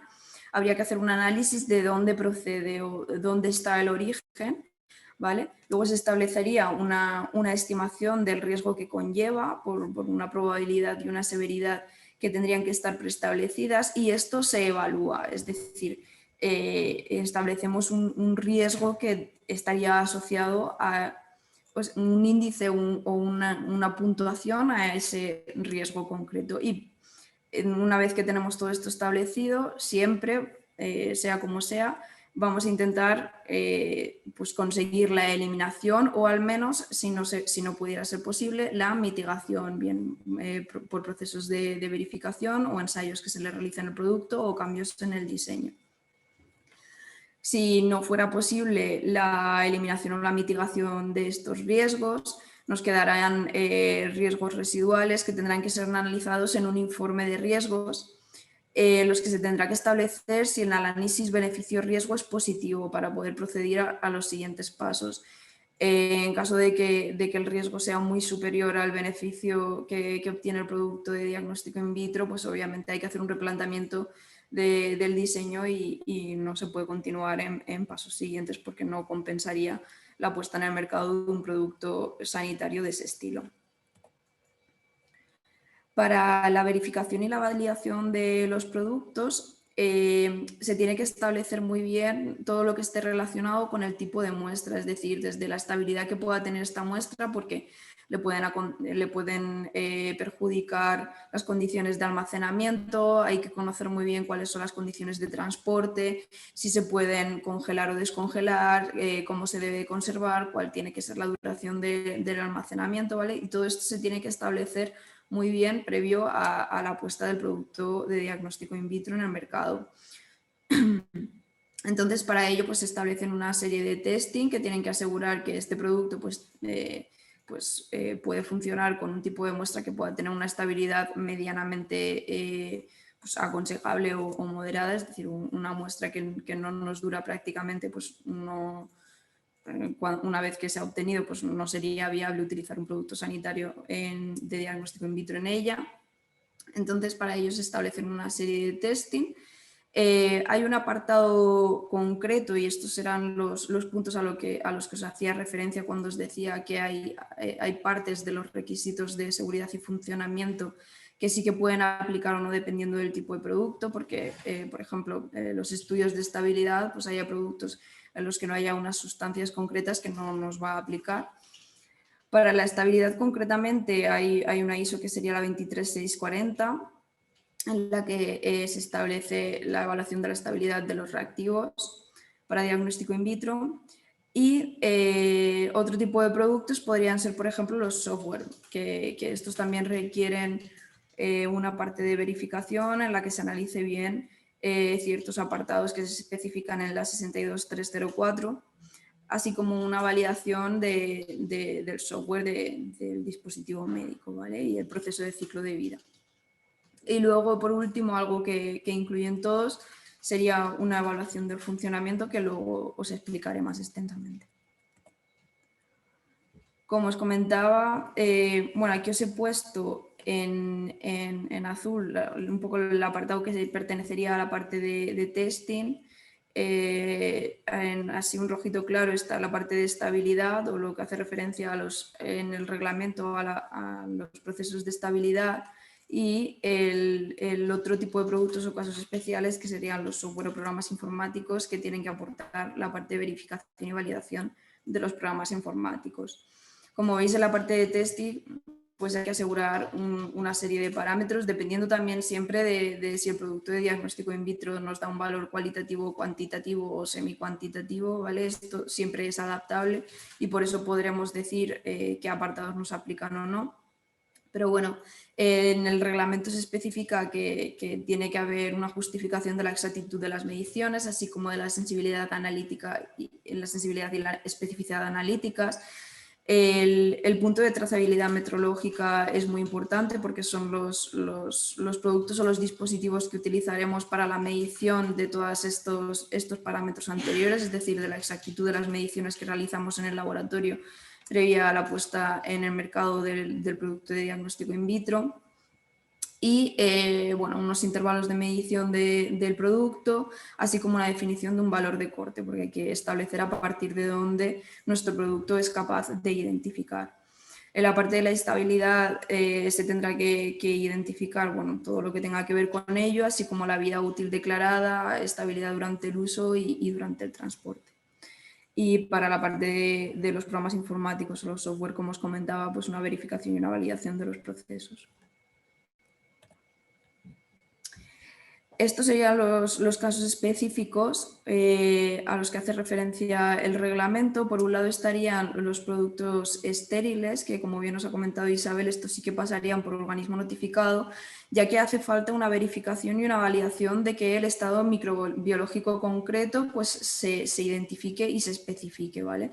Se tienen que establecer las condiciones ambientales en las fases de fabricación, ya que son totalmente relevantes para cuál va a ser el estado microbiológico final del producto o cómo va a haber un mantenimiento de ello. y se tiene que establecer la compatibilidad que pueda tener a lo mejor la esterilización con el tipo de producto que estemos haciendo, es decir, que no afecte, que el producto que salga al final no sea más contaminante a lo mejor que el inicial por una serie de procesos químicos que hayan podido suceder o los materiales que lleve el producto de diagnóstico in vitro, así como la compatibilidad con, o sea, tanto el embalaje como el mantenimiento del producto y el almacenaje, pues que aseguren ese proceso de estabilidad o ese estado microbiológico concreto que haya que tener. Cuando los productos contienen tejidos, células y sustancias de origen biológico, sea cual sea animal, humano o microbiano, también hay que dar una serie de información extra, ya que se tiene que justificar que ese producto pues, que no va a conllevar, bueno, primero que sea totalmente reproducible en cuanto a procesos de concentración, es decir, que los procesos en la fabricación aseguren que siempre va a haber una concentración X, y luego también pues, que aseguren una viabilidad en cuanto a que no haya un riesgo de transmisión de enfermedades que puedan ocurrir en cualquiera de estos pues, animales, humanos o bacterias, y que no vayan a tener un riesgo adicional sobre el usuario o el paciente. La parte de vale, los productos con función de medición, se tiene que garantizar siempre la exactitud, pues principalmente con el proceso que os comentaba antes de la trazabilidad metrológica. Y luego los productos que tengan que conectarse con otros equipos para poder funcionar, pues como serían por ejemplo los software, tiene que haber una descripción y una identificación completa de todas las características que tiene que cumplir uno y otro, ambos productos para que puedan funcionar y combinarse, ¿vale? Conforme a los requisitos que establecen los requisitos generales de seguridad y funcionamiento. Para la parte del seguimiento de comercialización, una vez que el producto está en el mercado, tendremos que recibir siempre un feedback acerca de tanto la seguridad como el funcionamiento que está teniendo este. Para ello se establecerá un plan de poscomercialización acorde al anexo 3. Se establece, pues muy parecido al análisis de riesgos, un procedimiento también, así como un plan, y luego bueno, un registro, un informe de la parte de postcomercialización, que se considera que será proactivo y sistemático, y bueno, se tendrá que actualizar. Se ha incorporado el concepto del plan de seguimiento postcomercialización o PMPF, que en productos sanitarios generales son los PMCF o Clinical Follow-up. En este caso sería Performance Follow-up, y estos son una serie de ensayos clínicos que van a asegurar que el funcionamiento o ciertas dudas que podamos tener acerca del funcionamiento del producto una vez en el mercado, pues recibamos un feedback que se considera proactivo de los usuarios, y de manera que podamos asegurar ciertas funciones o cierto uso intencionado que tenga el producto. Todo esto se contempla también en el anexo 13, concretamente en la parte B. Pasando al plan y al informe de la evaluación del funcionamiento, esto es uno de los principales gruesos que establece, además bastante nuevo, ahora el reglamento 746. Aparece reflejado el contenido en el anexo 13, concretamente en la parte A, y se basa en 3 puntos que son los principales de toda evaluación del funcionamiento, que sería, por un lado, la validez científica del producto de diagnóstico in vitro, por otro lado, la parte del funcionamiento analítico, y por último, un funcionamiento analítico. Todo esto nos aportaría una evidencia clínica que se consideraría suficiente para justificar una evaluación del funcionamiento. Empezando con la parte de la validación científica, sería principalmente encontrar un analito que esté asociado con una condición clínica o un estado fisiológico que pueda ser relevante en la población. Es decir, yo quiero diagnosticar algo y tengo que identificar qué es lo que yo puedo medir para que pueda obtener un diagnóstico con respecto a ello. Esta información se puede obtener a través de una búsqueda bibliográfica. Muchas veces los analitos aparecen en ciencia básica o en artículos científicos de ciencia básica, que al final son un poco los que están centrados en obtener este tipo de información. Pero también se puede obtener a partir de estudios preclínicos y estadios tempranos. Esto es un poco más raro, pero bueno, hay grandes laboratorios que sí que han seguido esta vía. Para la identificación de evidencia clínica de nuevos biomarcadores. Esto se basa principalmente en el desarrollo de un contenido teórico-científico y es exclusivamente del diseño del producto, ¿vale? Claro, una vez que tenemos identificado el analito que vamos a medir, tendríamos que saber cómo medirlo. Para esto está la parte del funcionamiento analítico. El funcionamiento analítico se encarga de establecer la habilidad de un producto para detectar el analito. Para ello, ¿qué tenemos que conseguir? Pues tendríamos que conseguir un test que tenga una suficiente reproducibilidad, primero en condiciones in vitro, ¿vale? O sea, como en una serie de muestras que sean más o menos homogéneas y en las que resulte fácil la identificación de ese analito, pero aún así hay que establecer pues, una reproducibilidad y una robustez del test para poder tener una garantía de que luego se va a poder aplicar a la clínica. Para ello, el reglamento nos habla en el anexo 1, la parte 9.1, de una serie de medidas a establecer, que serían la sensibilidad y especificidad analíticas, una veracidad, una precisión, exactitud, límites de detección y cuantificación, rango de medida, linealidad y valor de corte. Como bien os comentaba antes, todo esto dependerá de que le apliquen o no, de si el producto nos da un diagnóstico cualitativo, cuantitativo o semi-cuantitativo. Pero básicamente de lo que consiste el funcionamiento analítico es de intentar demostrar que el producto proporciona una medición que es correcta o que puede llegar a ser correcta. Y el funcionamiento analítico sería la tercera y última parte de la evaluación del funcionamiento, en la que se tiene que establecer que los valores sean válidos, es decir, en condiciones in vitro y con una serie de muestras homogéneas o un poco artificiales, pues los resultados pueden ser muy buenos, pero ¿qué pasa cuando llegamos a la población? ¿Qué tipo de valores obtenemos o qué diagnósticos obtenemos? ¿Son realmente veraces?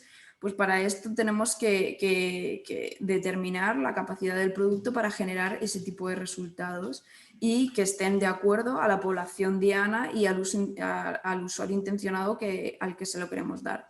Para ello estableceremos la sensibilidad de la especificidad clínica y tendremos que recopilar una información relacionada con los valores que se esperen, tanto de rango de datos como limitaciones que podamos tener.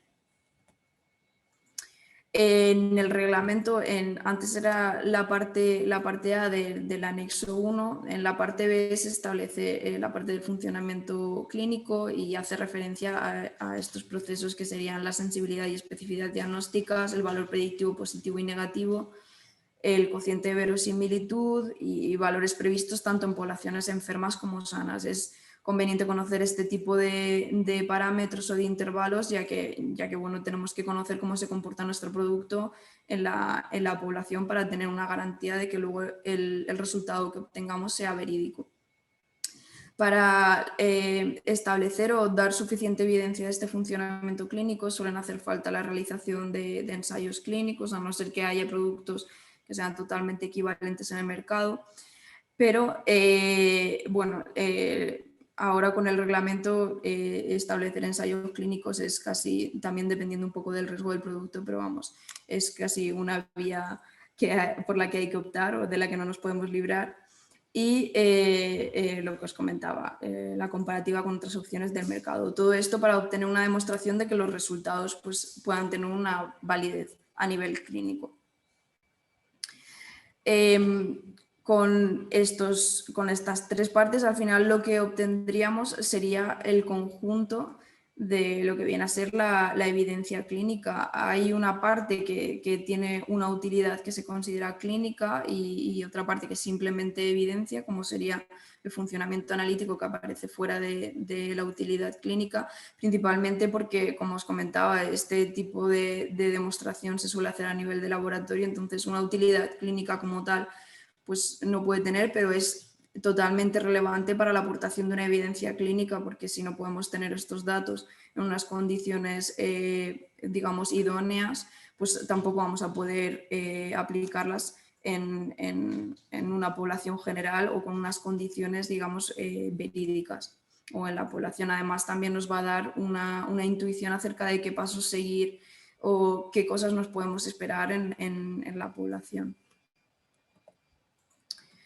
Entonces, para concluir, pues la evaluación del funcionamiento, en el reglamento te habla de que tiene que haber tanto un plan de evaluación del funcionamiento como un informe de evaluación del funcionamiento, y cada uno de estos va a tener incorporado un plan de validez científica, un plan de funcionamiento analítico y un plan de funcionamiento clínico. Es decir, va a tener incorporados planes para cada uno de estos 3 apartados que os comentaba, así como informes correspondientes a cada uno de ellos.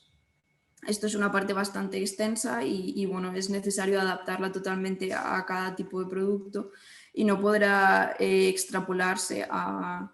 Es decir, es muy importante aquí, por ejemplo, la agrupación, como os comentaba Isabel, para poder establecer la validez científica, el funcionamiento analítico y el funcionamiento clínico de los productos de diagnóstico in vitro. Y ahora os dejo con Isabel, que va a pasar a explicaros un poco el cambio o la transición que habría desde la directiva anterior hasta el reglamento de productos sanitarios que va a estar vigente el próximo año.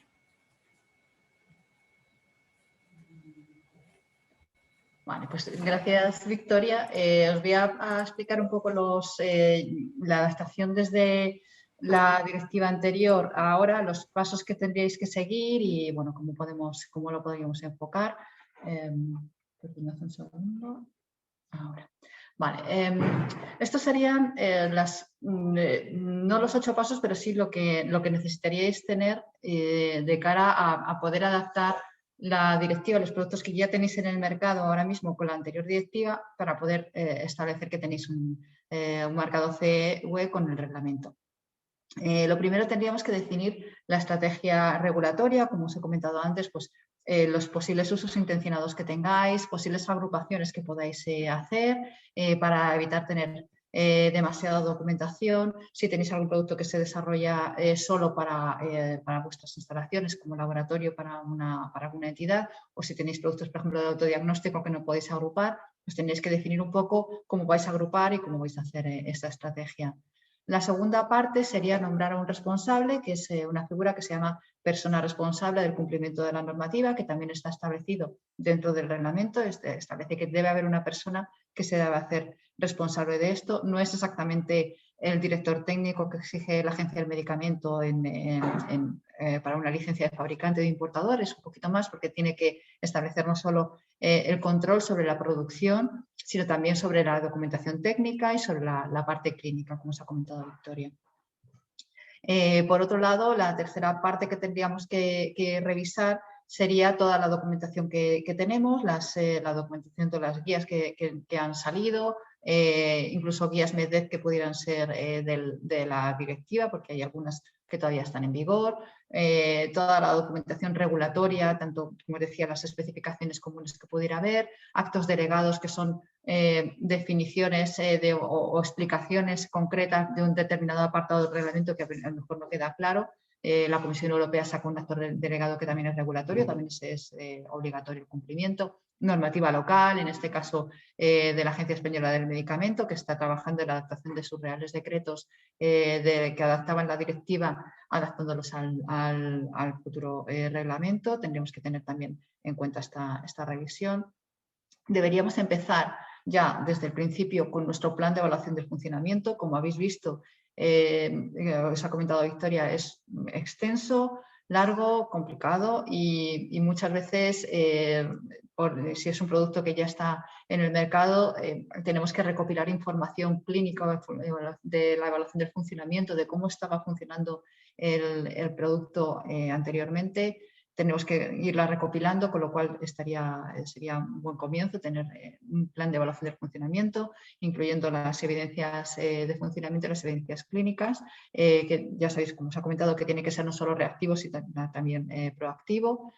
Por otro lado, deberíamos empezar a adaptar el TF, lo que es el Technical File, que es lo que teníamos antes, a este anexo 2 del reglamento con los puntos que deberíamos seguir, viendo si tenemos todos los puntos, si hay alguno que no tenemos, si tenemos que repetir alguna prueba, por ejemplo, si hay algún test que tuviéramos que repetir porque o bien está obsoleto o bien ha salido alguna normativa nueva que tuviéramos que repetir o bien no lo habíamos tenido en cuenta.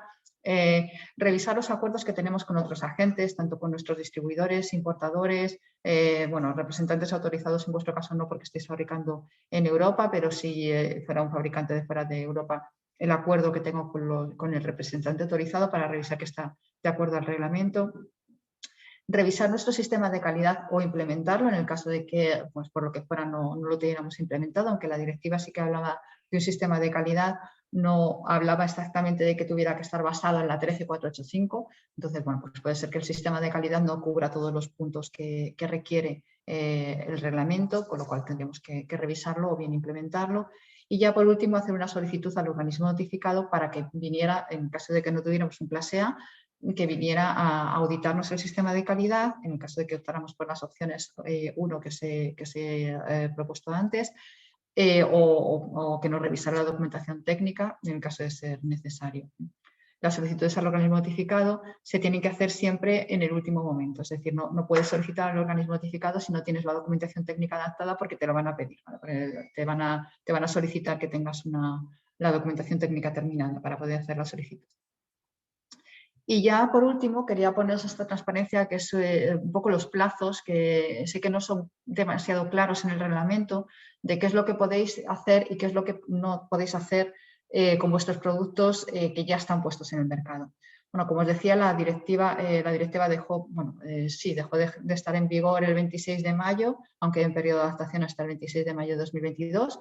En el 2017, a partir del 26 de mayo de 2017, podéis seguir utilizando, si tenéis algún producto que tenga un certificado según la directiva, se puede seguir poniendo en el mercado hasta el 26 de mayo de 2024, es decir, productos de autodiagnóstico que vayan por organismo notificado, productos de la lista A o de la lista B. Si tenéis un certificado de un organismo notificado, ese certificado sigue siendo válido hasta el 2024, siempre y cuando no caduque antes. Es decir, si nosotros tenemos un certificado del 2019 con una fecha de caducidad 2024, perfecto. Pero si nuestro certificado es del 2018 y caduca en el 2023, podemos seguir poniéndolo hasta el 2023. A partir de la comercialización de productos fabricados bajo la directiva, se puede seguir haciendo, aunque nuestro certificado esté caducado, aunque nosotros tengamos un certificado caducado en el 2024, se puede seguir comercializando durante un año más para cumplir con el stock, porque se entiende que los productos que yo he fabricado están bajo directiva, con lo cual se puede seguir fabricando, pero siempre y cuando teniendo en cuenta también el periodo de validez del certificado. Como os digo, si vence en mayo 2023, tendría hasta mayo 2024 para comercializar esos productos que tengo en stock. A partir del 26 de mayo de 2022, es decir, justo dentro de un año, para todos los productos nuevos que se vayan a comercializar. Para aquellos productos que requieran un organismo notificado que anteriormente no lo tenían y para productos para los cuales hemos implementado un cambio significativo, aunque tengan un certificado bajo la directiva, es obligatorio disponer de un marcado UE, en este caso, según el reglamento por parte de un organismo notificado.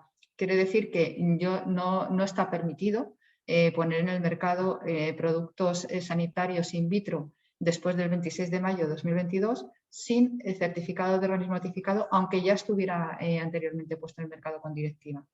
Todo esto sé que es complicado, pero es así. De momento el reglamento no hay ningún periodo de transición, no se ha dado por parte de la Comisión Europea ninguna extensión, como ha podido ser en el caso del MDR, que sí que hubo una extensión para los productos que cambiaban de clasificación.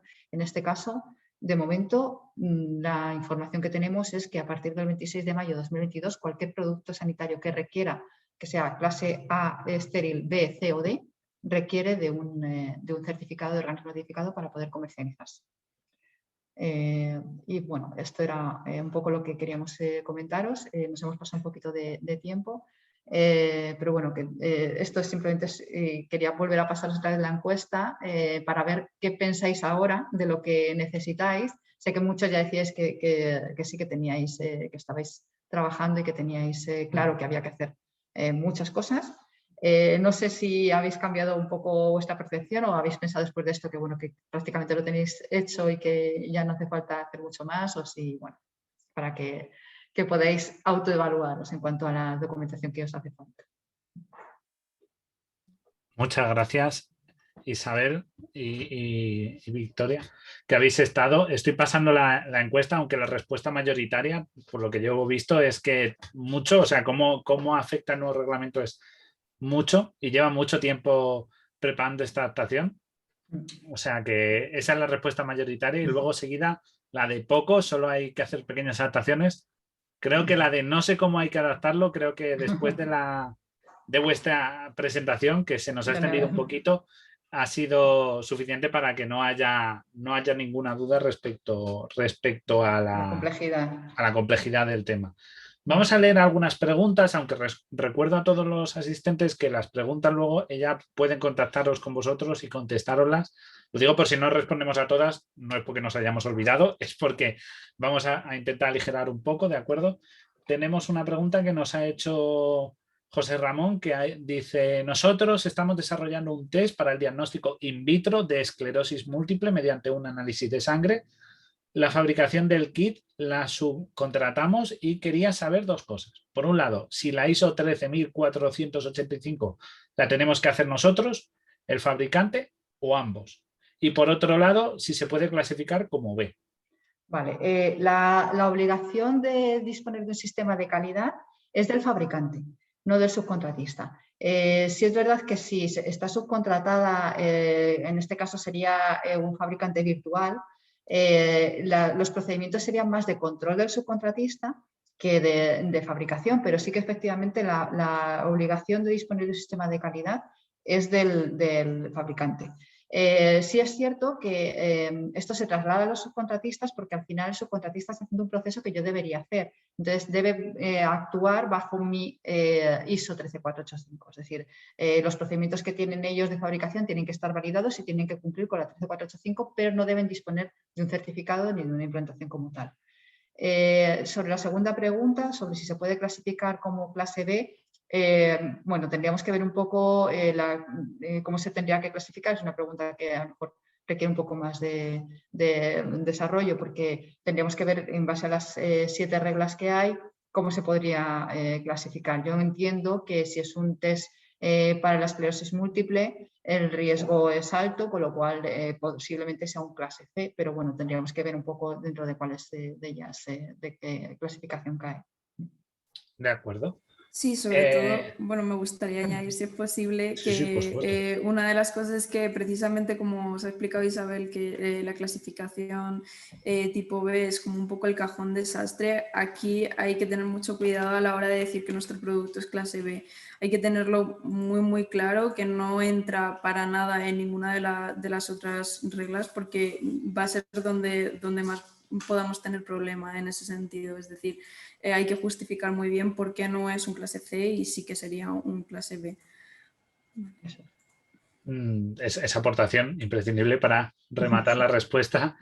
Bueno, vamos a leer otra que tenemos aquí de Anabel, que nos ha dicho, dice: buenas tardes, dice: un producto de clase A correspondiente a recipientes de muestras con finalidad diferente, una para microbiología y otra para biología molecular, en este caso, considerando que uno de ellos tiene subgrupos de productos estériles. En este caso se debe elaborar 2 expedientes diferentes y para los productos estériles otro. Sí, porque la finalidad es diferente. La clase de riesgo es por la finalidad del estudio, del fin para el que vamos a utilizar ese recipiente y no del recipiente como tal. Entonces sí se deberían realizar 2 y para los productos estériles también. Pero también tened en cuenta una cosa, que es que los productos de clase A no van a ser revisados por un organismo notificado, con lo cual a lo mejor si comparten información, por ejemplo, en cuanto a testing o en cuanto a diseño, por ejemplo, si es el mismo producto, se puede disponer de la documentación técnica en una carpeta donde se haga referencia a la misma documentación, es decir, no hace falta duplicarla, porque no va a ser revisado por un organismo notificado, con lo cual bueno, pues es simplemente para la propia utilización. En cuanto a los productos estériles, pasa lo mismo, podemos tener una única documentación y luego enviarle la parte de productos estériles al organismo notificado. Bueno, nos han preguntado en el chat, esta la hago rápido porque nos la ha mencionado Sara, dice, ¿no habéis hablado del UDI, de cómo conseguirlo, si es necesario tener el UDI para registrarse en Eudamed? El SRN lo da la Asociación Española de esto, la AMPS, perdón, una vez nos registramos en Eudamed. Vale, aquí es cierto, no hemos hablado del UDI porque podríamos, bueno, si ya nos hemos extendido, pues ya con el UDI bueno, dormimos aquí. El tema del UDI, bueno, hay varios tipos de UDI, está el UDI básico y luego ciertas ramificaciones. Para conseguir el UDI, bueno, conseguirlo realmente tú asignas un número unitario, en este caso el básico sería el que se asigna a la familia principal y luego tendríamos ciertas ramificaciones donde tendríamos el UDI DI, que es para las subfamilias, y luego de producción, que sería el PI. Lo asigna realmente GS1, en este caso en España es AECOC, que es la empresa que se encarga de asignar los códigos de barras y los EAN13, etcétera. Ellos serían los que darían ese UDI, habría que dirigirse a ellos. Pero es cierto que tiene que cumplir ciertas reglas. Aquí, bueno, pues ya podríamos establecer otro webinario hablando del UDI porque da para este y para más. El tema del SRN, ahora mismo lo da la AEMS, efectivamente, pero hay que hacerlo a través de Eudamed.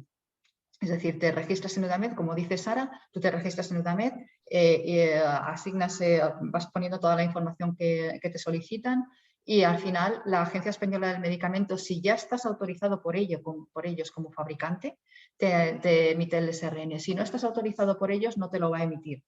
Es decir, previamente a tener el SRN tenemos que tener nuestra licencia de fabricante, igual que si quisiéramos un SRN como importador. A lo mejor ahí tendríamos que solicitar antes la licencia importador antes de solicitar el SRN diferente. Y dice Sara que muy a favor de un webinar de UDI. Lo he visto. Tomamos nota para un futuro webinar, que sabéis que siempre buscamos temas de actualidad, así que está en nuestra agenda hablar de ello. Vamos a hacer una pequeña pregunta también que teníamos, que es ¿a qué os referís con estabilidad en el apartado de validación y verificación y en qué consistirían las pruebas de estabilidad? Bueno, se la dejo a Victoria. Sí, a ver, la estabilidad básicamente consiste en todos aquellos productos que puedan conllevar un proceso, digamos, de pérdida en sus características químicas, es decir, todos los productos que suelen tener sustancias o bien que tienen que ir también por cierto tipo de procesos que van a afectar a la composición química del producto, pues pueden verse afectados a lo largo del proceso de fabricación. Entonces, la estabilidad básicamente hay que hacer referencia o hay que dejar claro que el producto tiene una vida útil determinada y que se va a mantener las características tanto físico-químicas tanto durante el uso como a lo mejor durante el transporte u otros procesos que pueda haber en el proceso. Para determinar la estabilidad se suelen hacer una serie de pruebas que bueno, en esto los laboratorios son los expertos en ello, pero suelen ser tipo caracterizaciones químicas o bien mediciones de ciertos parámetros que nos puedan dar indicadores previo al proceso y posterior, o también ya no solo un proceso, sino desde que abres el producto, por ejemplo. Por ejemplo, pH, espectrometrías de masas que se hacen para determinar componentes, osmolaridades, es decir, ciertas características que nos puedan indicar que la estabilidad se ha mantenido en el proceso, en el transporte o dependiendo de la etapa en la que lo estemos valorando. Para ello hay una ISO, que era la que he mencionado en la presentación, la 23640, y bueno, ahí se especifican el tipo de pruebas de los reactivos. Gracias por la respuesta. Tengo aquí una breve que nos manda Alexander, que dice: ¿el STED sería la ficha técnica que se sube para obtener la licencia de fabricante bueno, yo creo que o sería un resumen de toda la documentación técnica. Ok, sería adicionalmente un resumen. Sí. No es la ficha técnica.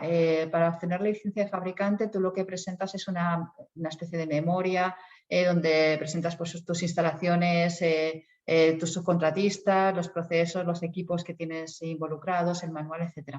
Esto es más específico de cada producto.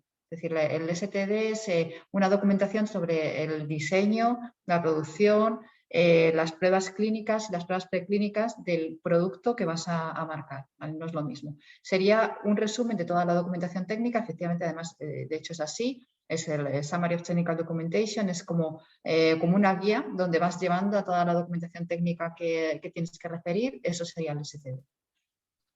De acuerdo, pues vamos a hacer 3 preguntas rápidas, una ronda rápida de 3 preguntas y las demás que quieren sin responder, como bien he dicho, tendrán ella el contacto y os contactarán para responderos y ayudaros. Una rápida dice, nos la ha hecho Natasia, que dice, buenas tardes, en caso de que yo sea importador y le digo al fabricante del producto sanitario que le ponga mi marca a su producto, ¿me convierto en fabricante? Pues mira, aquí te tengo que decir que depende de cómo aparezcas en la etiqueta. Si en la etiqueta tú apareces como fabricante del producto, es decir, el importador desaparece, sí eres el fabricante. Y el importador, el fabricante extranjero se convertiría en un subcontratista tuyo. Es decir, el fabricante siempre es la persona que aparece en la etiqueta. Hay una opción que es, si yo soy importador y quiero que aparezca mi nombre, tendría que poner como imported by o distributed by, o que se vea claramente que no soy el fabricante, sino que se pueda establecer que el fabricante es el que aparece pues al lado del símbolo de la fábrica. De acuerdo. Otra pregunta que tenemos es, ¿qué pasa si una vez puesto en el mercado quiero ampliar el rango de acción de mi producto? Por ejemplo, aumentar la población diana.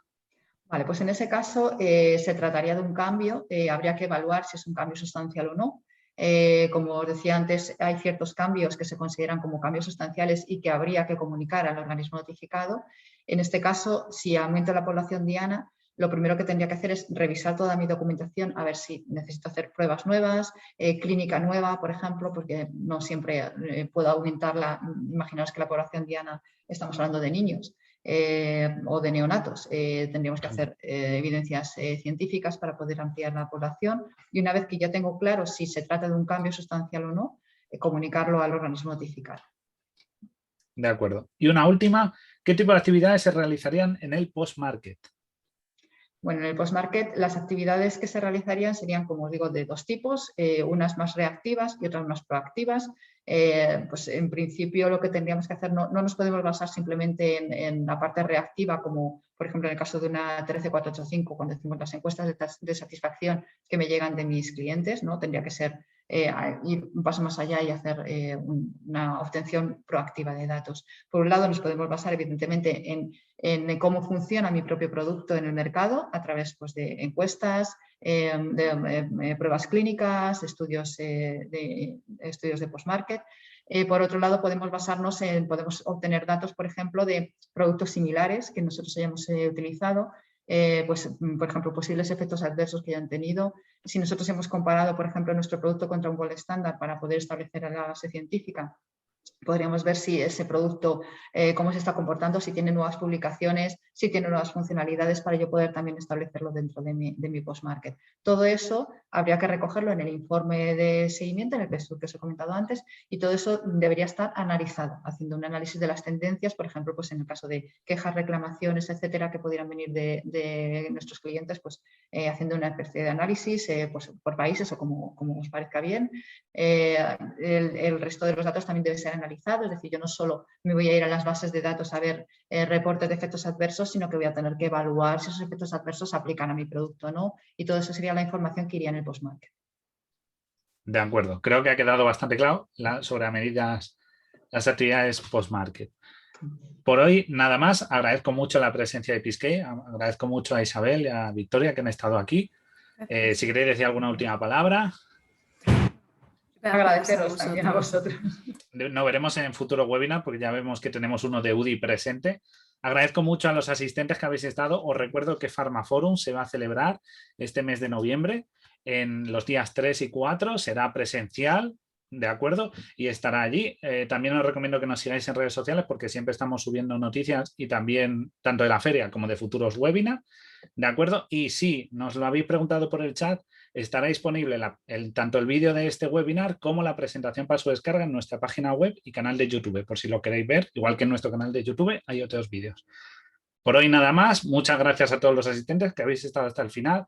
Muchas gracias a Peace, que han estado magníficas nuestras ponentes y nos veremos en el próximo webinar, que es mañana, por cierto, que es dedicado con Beauty Cluster y en asociación con nosotros, con Cosmética Forum, dedicado a filtros solares. Muchas gracias por vuestra atención y nos vemos en el próximo webinar.